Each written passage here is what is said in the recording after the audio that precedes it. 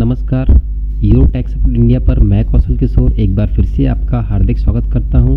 Friends, आज हम triple C में चैप्टर 6 का पार्ट 3 देखने वाले हैं। ठीक है, तो चलिए शुरू करते हैं। आज का जो हमारा टॉपिक है वो है इंटरनेट।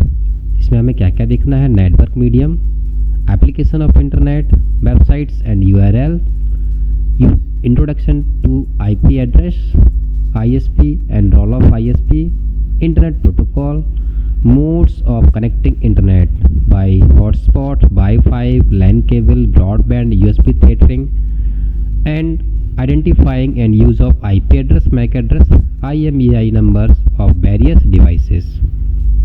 तो चलिए शुरू करते हैं। सबसे पहले टॉपिक देख लेते हैं नेटवर्क मीडियम। बेसिकली जो मीडियम होता है 2 टाइप्स का होता है, गाइडेड या वायर्ड मीडियम, दूसरा अनगाइडेड या वायरलेस मीडियम। तो गाइडेड जो मीडियम है उसमें कौन कौन सा मीडियम हो सकता है? बेसिकली जितने भी केबल्स होते हैं फिजिकल कनेक्टिविटी के लिए वो सब गाइडेड या वायर्ड मीडियम कहलाते हैं, यानी कि वायर्स के द्वारा कनेक्शन बनाना और डेटा को ट्रैवल कराना सोर्स टू डेस्टिनेशन। तो यहाँ पर जो बेसिकली केबल जो यूज़ होती हैं वो है twisted pair, coaxial cable and fibre optic. तो सबसे पहले हम बात करते हैं ट्विस्टेड पेयर केबल की। तो ट्विस्टेड पेयर जो केबल्स होती है उसके अंदर कुल 8 वायर होते हैं जो कि अलग अलग रंग से होते हैं और आपस में ये जो वायर होते हैं ट्विस्ट रहते हैं। ठीक है, 2-2 के पेयर में। तो हमारे जो टोटल 8 वायर है तो यहाँ पे 4 पेयर बनेंगे। ठीक है फ्रेंड्स, और ये जो ट्विस्टेड पेयर केबल है ये 2 टाइप की हो सकती है, STP जो कि काफ़ी कॉस्टली आती है। ठीक है, और इसका बेनिफिट ये है क्योंकि इसका फुल फॉर्म ही है शील्डेड ट्विस्टेड पेयर केबल, मतलब इस पर सिक्योरिटी जैकेट होती है जो जब इसके द्वारा डेटा ट्रांसफ़र होता है तो यदि आसपास कोई हाई टेंशन लाइन है या इलेक्ट्रोमैग्नेटिक फील्ड ज़्यादा है तो इसका जो डेटा जो संचरण हो रहा है उसमें बाधा नहीं आती है। ठीक है, यानी डेटा लॉस होने के चांसेस नहीं होते, जबकि UTP में हो सकता है क्योंकि UTP stand for unshielded twisted pair cable. तो UTP केबल हमने वहाँ यूज़ करनी है जहाँ पे हाई टेंशन लाइन या इलेक्ट्रोमैग्नेटिक फील्ड का जो प्रेशर है, ठीक है, वो ना हो, तो वहाँ पे हम ले सकते हैं। और ये सबसे ज़्यादा नेटवर्क में यूज़ होती है फ्रेंड्स। ठीक है, स्मॉल ऑफिस में। ठीक है, और इसमें RJ45 कनेक्टर लगाए जाते हैं कनेक्टिविटी के लिए। ठीक है फ्रेंड्स, अब हम बात करें कोएक्सियल केबल की। तो जो डिस्क जो हम लोग देखते हैं घर पे, है ना, तो उसमें जो केबल आजकल यूज़ हो रही है वो कोएक्सियल केबल ही होती है, जिसको कि हम डिस्क की डोरी के नाम से भी जानते हैं, है ना। तो इसमें BNC या T टाइप कनेक्टर यूज़ होता है और इसमें भी बहुत सारे चैनल कैरी हो सकते हैं। ठीक है, अब हम बात करें फाइबर ऑप्टिक की। तो फाइबर ऑप्टिक सबसे कॉस्टली केबल होती है और ये बड़ी बड़ी कंपनी स्पेसिफिक ऑर्डर लेके ये केबल्स बिछाती हैं। ठीक है, इस केबल्स में स्पीड सबसे हायर होती है और यहाँ पे ख़ास बात यह है कि इसके अंदर कोई वायर नहीं होता बल्कि ग्लास होता है जिसके द्वारा सीधे लाइट सिग्नल को ट्रैवल कराया जाता है। और लाइट सिग्नल को जनरेट करने के लिए जो केबल्स होती है उसके दोनों एंड्स पे LED होती हैं। और तो यहाँ पे जो केबल है 2 टाइप्स की होती है, सिंगल मोड फाइबर जो एक ही टाइप के चैनल्स को कैरी कर सकती है, और मल्टी मोड फाइबर जो मल्टीपल चैनल्स को एक साथ कैरी कर सकती है। ठीक है, और यहाँ पे स्पीड 1000 Gbps के ऊपर मिलती है फ्रेंड्स। ठीक है, और बकाया जो हमारे जो केबल्स मीडियम हैं, चाहे वो ट्विस्टेड पेयर केबल हो या कोएक्सियल केबल, इसमें 1 Gbps स्पीड हायर होती है ऑलमोस्ट। ठीक है, और ट्विस्टेड पेयर केबल में अगर आप डिस्टेंस ज़्यादा रख रहे हैं, ठीक है, 1 किलोमीटर से ज़्यादा रख रहे हैं तो आप 500 मीटर की दूरी पर जैसे ही ज़्यादा होगा 500 मीटर या 1 किलोमीटर इससे हाई है तो बीच बीच में आपको रिसीवर आपको प्रयोग करने पड़ सकते हैं, रिपीटर प्रयोग करने पड़ सकते हैं ताकि डेटा सिग्नल लॉस्ट नहीं हो। जैसे कि कोएक्सियल केबल में एम्पलीफायर का प्रयोग करते हैं जगह जगह खंभों पर, आपने देखा होगा डिस्क वाले जो होते हैं। ठीक है, तो उससे क्या है, बैंडविड्थ एक्यूरेट रहती है। ठीक है फ्रेंड्स, तो ये था आपका केबल्स के बारे में, जो कि गाइडेड या वायर्ड मीडियम कहलाता है। अब हम बात करते हैं अनगाइडेड या वायरलेस मीडियम की। तो यहाँ पर वाईफाई, जिसको कि वायरलेस फिडेलिटी बोलते हैं, ब्लूटूथ ट्रांसमीटर या मोबाइल नेटवर्क, जिनमें बिना तारों के संचार होता है। ठीक है फ्रेंड, तो ये सब आपके अनगाइडेड या वायरलेस मीडियम कहलाते हैं। तो इन्हीं मीडियम की वजह से नेटवर्क आपका स्टेबल रहता है। आप जितना अच्छा मीडियम यूज़ करोगे तो डेटा लॉस होने के चांसेस उतने ही कम होते हैं फ्रेंड्स। ठीक है, अब हम नेक्स्ट देखते हैं एप्लीकेशन ऑफ इंटरनेट। तो जितनी भी ऑनलाइन स्टडी मटेरियल है आजकल सब इंटरनेट की हेल्प से ऑनलाइन हो रहा है सारा का सारा काम। जैसे कि यूट्यूबर हैं बहुत सारे जो ऑनलाइन स्टडी कराते हैं, like me. Filling online form, जितने भी प्रकार के ऑनलाइन फॉर्म हैं वो सब इंटरनेट के माध्यम से भरे जाते हैं। जैसे कि भारत में CSC सेंटर वाले जो काम आजकल देख रहे हैं, काफ़ी सारे हेल्प कर रहे हैं, वो सब ऑनलाइन होता है। चाहे वो राशन कार्ड के लिए अप्लाई करना हो, वोटर ID के लिए, आधार कार्ड के लिए, उन सब में कहीं ना कहीं इंटरनेट यूज़ में आता है। अगर हम बात करें सोशल नेटवर्क की, जैसे फेसबुक, व्हाट्सएप, ट्विटर, तो इन सब में भी इंटरनेट का यूज़ होता है बहुत ज़्यादा। रिमोट असिस्टेंट देने के लिए भी इंटरनेट बहुत ज़्यादा पॉपुलर है, यूज़फुल है। रिसोर्स शेयरिंग, जैसा कि हमने प्रीवियस वीडियो में बताया था, उसको शेयर करने के लिए किसी भी लोकेशन पर इंटरनेट का यूज़ करना ही करना पड़ेगा। ठीक है फ्रेंड्स, और बात करें कम्युनिकेशन की, जो कि बहुत बेहद इम्पोर्टेंट है, तो इंटरनेट का मेन रोल कम्युनिकेशन का होता ही है ओवर द वर्ल्ड। कभी भी कहीं भी आप कम्युनिकेशन इस्टेब्लिश कर सकते हो। वर्क फ्रॉम होम, जैसे कि इंडिया में अभी लॉकडाउन चल रहा है, तो बहुत सारी जो वेबसाइट्स हैं वो वर्क फ्रॉम होम के लिए आपको अलाउ करती हैं। ठीक है, तो यहाँ पे आपको सिंपली ID बनानी पड़ती है और वहाँ से पासवर्ड आपको मिल जाता है ID पे ही, जिससे आप लॉगिन करके वेबसाइट पे काम कर सकते हैं, काम पकड़ सकते हैं, उसको सॉल्व करके पैसे कमा सकते हैं। अगर हम बात करें किसी भी तरह के सॉफ्टवेयर को अपडेट करने की, चाहे वो सिस्टम सॉफ्टवेयर हो, एप्लीकेशन सॉफ्टवेयर हो या फिर लैंग्वेज सॉफ्टवेयर हो, तो उनको अपडेट करने के लिए भी इंटरनेट की आवश्यकता होती है। अब हम बात कर लेते हैं वेबसाइट एड्रेस और URL एड्रेस। तो बेसिकली कोई भी वेबसाइट का जो एड्रेस होता है वो दो फॉर्म में हो सकता है, या तो डोमेन नेम एड्रेस या फिर IP एड्रेस। जिस डोमेन नेम एड्रेस को हम लोग डोमेन नेम सिस्टम भी बोलते हैं। ठीक है, जो कि वेबसाइट का एड्रेस होता है। जैसे कि आपने सुना होगा google.com, तो क्या है, डोमेन का एड्रेस है, यानी कि DNS है, DNS सर्वर है। ठीक है, तो दूसरा होता है IP एड्रेस। तो IP एड्रेस न्यूमेरिक बेस्ड होता है और इसमें हेक्साडेसिमल कोडिंग सिस्टम का भी यूज़ हो सकता है अगर ये वर्जन 6 यूज़ हो रहा है। ठीक है, तो इन दोनों का जो रोल है वो वेबसाइट के एड्रेस को आइडेंटिफाई कराने का है। इंटरनेट पे सिमिलर नाम की, ऑलमोस्ट सिमिलर नाम जैसी बहुत सारे मिलते जुलते नाम की वेबसाइट हो सकती हैं, तो उनको डिटेक्ट करने के लिए, उनको रियली में डिटेक्शन देने के लिए ये दो सिस्टम यूज़ होते हैं, डोमेन नेम सिस्टम और IP एड्रेस। इन दोनों की हेल्प से ही वेबसाइट इंटरनेट पर यूनिक हो पाती हैं फ्रेंड्स। ठीक है, तो ये होता है वेबसाइट एड्रेस। और जो वेबसाइट एड्रेस है ये किसी न किसी वेब सर्वर पे होस्ट होता है। मतलब जो भी वेबसाइट्स होती हैं जिनको आप डेवलप करवाते हैं, तो उनको डिस्प्ले कराने के लिए ओवर द इंटरनेट किसी न किसी वेब सर्वर का यूज़ होता है। और वेब सर्वर पर हमको स्पेस लेना पड़ता है, जो कि DNS सर्वर के द्वारा आपको मिल पाता है। ठीक है फ्रेंड्स, तो आशा करता हूँ वेबसाइट्स के बारे में, वेबसाइट एड्रेस के बारे में आपको जानकारी समझ में आ गई होगी। अब हम देख लेते हैं URL के बारे में। तो URL stand for uniform resource locator, यानी कि ओवर द नेटवर्क या ओवर द कंप्यूटर रिसोर्स कहाँ पे अवेलेबल है, जिसकी आपको रिक्वेस्ट है उसके बारे में जानकारी अवेलेबल कराता है। तो ये इंटरनल हो सकता है, किसी सिंगल मशीन में ही कोई जानकारी सर्च करना हो।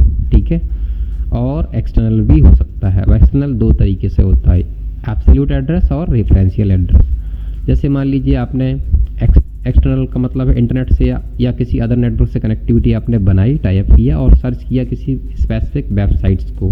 जैसे कि आपने सर्च किया google.com, तो google.com क्या है, एब्सोल्यूट एड्रेस है।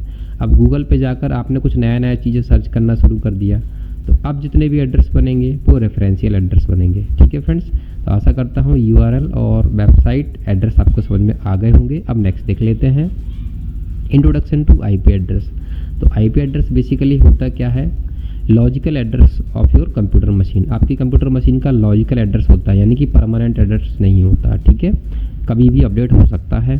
ठीक है, और ये आईएसपी या नेटवर्क एडमिन के द्वारा असाइन किया जा सकता है किसी भी नेटवर्किंग डिवाइस को। और ये 32 बिट का और 128 बिट का एड्रेस हो सकता है, डिपेंड करता है वर्जन कौन सा आप यूज़ कर रहे हैं। अगर आप वर्जन 32 बिट वाला यूज़ कर रहे हैं, यानी कि मीन्स टू से आईपी वर्जन 4 यूज़ कर रहे हैं, तो यहाँ पर जो एड्रेस का जो लेंथ होगी वो 32 बिट की होगी। अगर आप आईपी वर्जन 6 यूज़ कर रहे हैं जो कि लेटेस्ट है, तो 128 बिट का एड्रेस होगा। तो यहाँ पे 2 टाइप्स के वर्जन हो गए, IP version 4, IP version 6। 32 bit वाला जो वर्जन है उसमें class A, class B, class C, class D use होती हैं, क्लास ई भी यूज़ होती है। तो क्लास डी मल्टीकास्टिंग के लिए रिजर्व होती है और क्लास ई एक्सपेरिमेंटल पर्पज़ के लिए रिजर्व है पहले से, जहाँ पर class A B C use में आती हैं। क्लास ए में सबसे ज़्यादा कंप्यूटर कनेक्ट होते हैं, क्लास बी में उससे कम, क्लास सी में सबसे कम।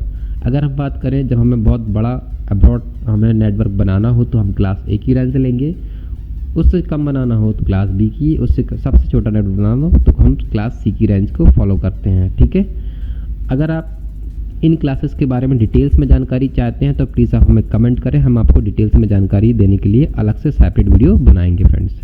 अब हम बात कर लेते हैं जो आईपी वर्जन 4 है, यहाँ पर सेपरेट करने के लिए डॉट सेपरेटर का यूज़ होता है, जबकि आईपी वर्जन 6 में कॉलन का प्रयोग होता है। IP version 4 use decimal number system, जबकि IP version 6 use hexadecimal number system. ठीक है, आईपी एड्रेस को रिप्रेजेंट करने के लिए आईपी वर्जन 4 में डेसिमल नंबर सिस्टम यूज़ होता है, जबकि आईपी वर्जन 6 में hexadecimal number system. IP version 4 में 4 ऑक्टेट होती हैं, ठीक है, जबकि आईपी वर्जन 6 में ऑक्टेट होती हैं 8। नेक्स्ट अगर हम बात करें आईपी वर्जन 6 में किसी भी क्लास की आवश्यकता नहीं होती, just like a class A, class B, class C, class D, class E, जो कि आईपी वर्जन 4 में है। ऐसी यहाँ पे कोई आवश्यकता नहीं होती है।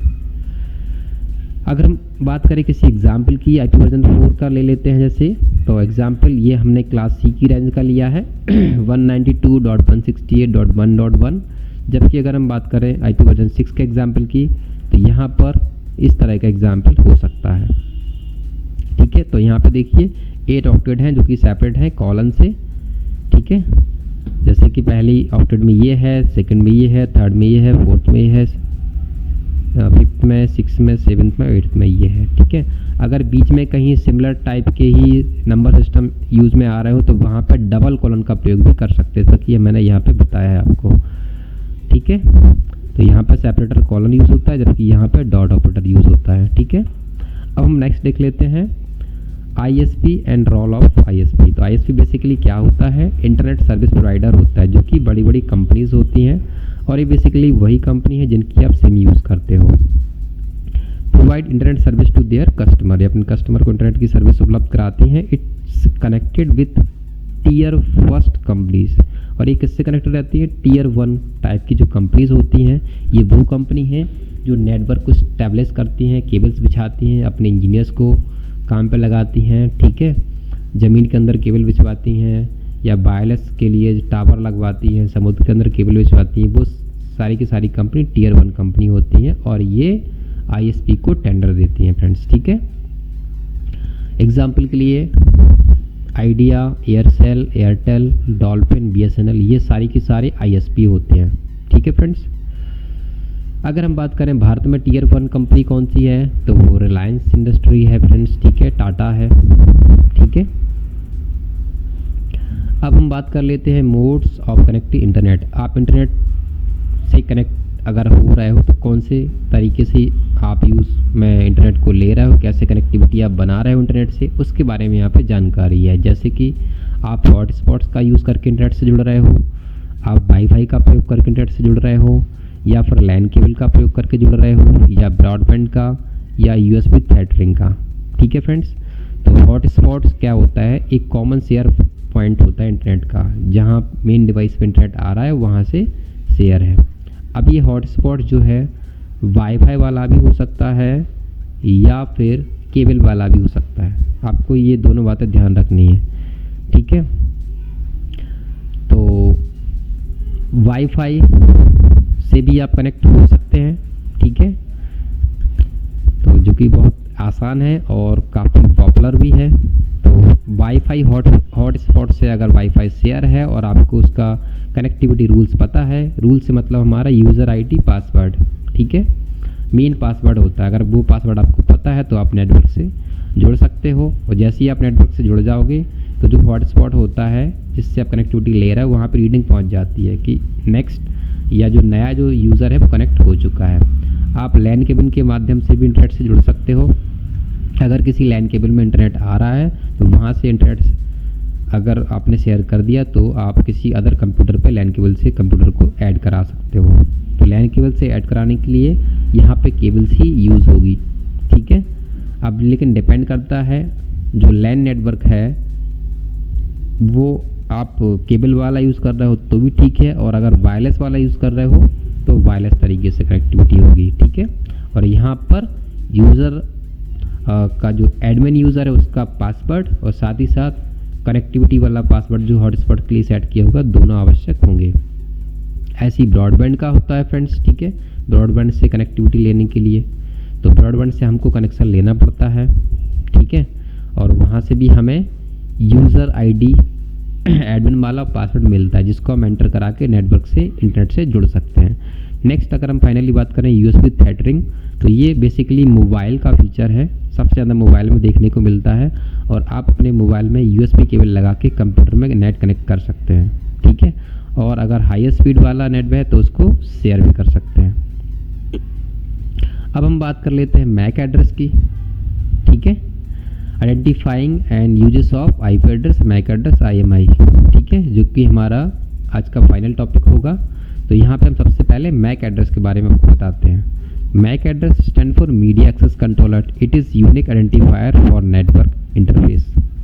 तो ये यूनिक आइडेंटिफायर होता है नेटवर्क इंटरफेस के लिए। It is used as a network address for most IEEE 802 network technologies. तो जो स्टैंडर्ड है नेटवर्क का IEEE, ठीक है, 802 स्टैंडर्ड, ठीक है, उसका ये यूज़ करता है। Sometime it's known as burned in address, BIA इसको बोला जाता है कभी कभी, और the ethernet hardware address, EHA भी इसको बोला जाता है। Among its applications are ethernet 802.11 wireless network and bluetooth, जो कि इसके एप्लीकेशंस है, ठीक है। तो मीन्स टू से जो मीडिया एक्सेस कंट्रोलर है वो डिवाइस का हार्डवेयर का एड्रेस होता है, ठीक है, या हम कह सकते हैं लैन कार्ड का एड्रेस होता है, क्योंकि लैन कार्ड से ही कनेक्टिविटी आपकी जाती है नेटवर्क में, ठीक है फ्रेंड्स।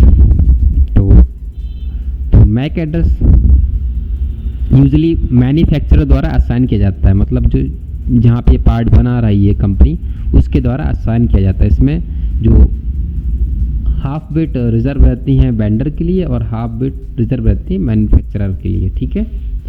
तो एक्चुअली ये मैक एड्रेस जो होता है वो 48 बिट का होता है, ठीक है। तो हाफ बिट रिजर्व रहती है वेंडर के लिए, हाफ रिजर्व रहती है मैन्युफैक्चरर के लिए। एंड जो हार्डवेयर एड्रेस होता है वो इसमें स्टोर करा जाता है।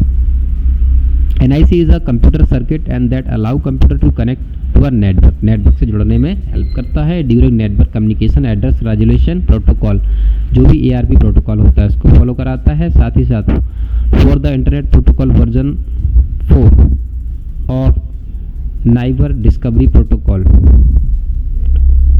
फॉर वर्जन 6, दोनों को फॉलो कराता है NIC कार्ड के थ्रू, ठीक है, network interface card. MAC address is formed in accordance to the rules of the 3 numbering namespace which are managed by the Institute of Electrical and Electronic Engineer, जिसको हम IEEE बोलते हैं। The format is 6 sets of 2 digits और character separate by hyphens, hyphen से separate होता है। Just like example, जैसे Mac address दिया है 30-65-EC-6F-C4-58, तो ये एक मैक एड्रेस है फ्रेंड्स, ठीक है। ज़्यादा जानकारी के लिए आप हमें कमेंट कर सकते हैं, तो हम आपके लिए इसी टॉपिक के बारे में एक फुल जानकारी में वीडियो बना देंगे फ्रेंड्स। अब नेक्स्ट देख लेते हैं IMEI नंबर, जो बेसिकली क्या है। IMEI stand for international mobile equipment identity, ठीक है। तो ये क्या है, मोबाइल इक्विपमेंट आइडेंटिटी नंबर होता है। इज़ अ यूनिक नंबर, जो कि यूनिक रहेगा टू आइडेंटिफाई, किस चीज़ को आइडेंटिफाई करने के लिए, चाहे GSM कनेक्शन वाली सिम हो, चाहे WCDMA वाली सिम हो, ठीक है। एंड आइडेन मोबाइल जो भी हैं phones, as well as some satellite phone, चाहे सैटेलाइट फ़ोन हो, तो सब के लिए ये आइडेंटिटी रहती है। Mostly phone have one IMEI number, कम से कम एक तो होना ही होना चाहिए। अगर डबल सिम का है, फोर्थ सिम का है, तो उतने आपका IMEI नंबर अलग अलग हो सकते हैं, ठीक है। तो अगर हम बात करें, IMEI is only use for identifying device, केवल और केवल मोबाइल डिवाइस को आइडेंटिफाई करने के लिए होता है। हैज़ नो परमानेंट और semi permanent relation to subscriber के बीच परमानेंट या सेमी परमानेंट रिलेशन नहीं बनता यहाँ पे। The number is used by the GSM network के द्वारा या CDMA नेटवर्क के द्वारा यूज़ किया जाता है आइडेंटिफाई करने के लिए वैलिड डिवाइस है तुम्हारा मोबाइल या नहीं है, ठीक है। And therefore can be used for stopping a stolen phone from the accessing the network in that country. अगर आपका मोबाइल या जो डिवाइस है चोरी हो गई, तो उसको एक्सेस करने में, पता करने में भी ये नंबर हेल्प करता है फ्रेंड्स, ठीक है। तो अगर हम बात करें कि अगर हम इस नंबर को चेक करना हो अपने मोबाइल फ़ोन में, तो हम कैसे चेक कर सकते हैं। तो इसके लिए सिंपली आपको अपने मोबाइल फ़ोन की सेटिंग में जाना है, अबाउट फ़ोन में जाना है और स्टेटस में जाना है। वहाँ पर आपको IMEI नंबर की जानकारी मिल जाएगी। तो ये था हमारा आज का टॉपिक से संबंधित वीडियो। आशा करता हूँ बहुत सारी जानकारी आपको समझ में आई होगी, और फिर भी अगर आपका कोई डाउट्स है तो प्लीज़ आप हमें कमेंट करें, हम उसका रिप्लाई ज़रूर करेंगे आपके लिए। हो सकता है तो सेपरेट वीडियोज़ भी बना दें आपके कमेंट के अकॉर्डिंग, ठीक है। और अगर आपको वीडियो पसंद आया हो तो प्लीज़ को लाइक एंड शेयर ज़रूर करें। साथ ही साथ ऐसी ही तकनीकी जानकारी पाने के लिए आप चैनल को सब्सक्राइब कर लें और बेल आइकन पर भी क्लिक कर दें, ताकि आपको लेटेस्ट वीडियो की नोटिफिकेशन सबसे पहले मिले। और सब्सक्रिप्शन बिल्कुल फ्री है, इसके कोई चार्जेस नहीं लगते फ्रेंड्स, ठीक है। तो मिलते हैं नेक्स्ट वीडियोज़ में, तब तक के लिए नमस्कार, जय हिंद, जय भीम, वंदे मातरम।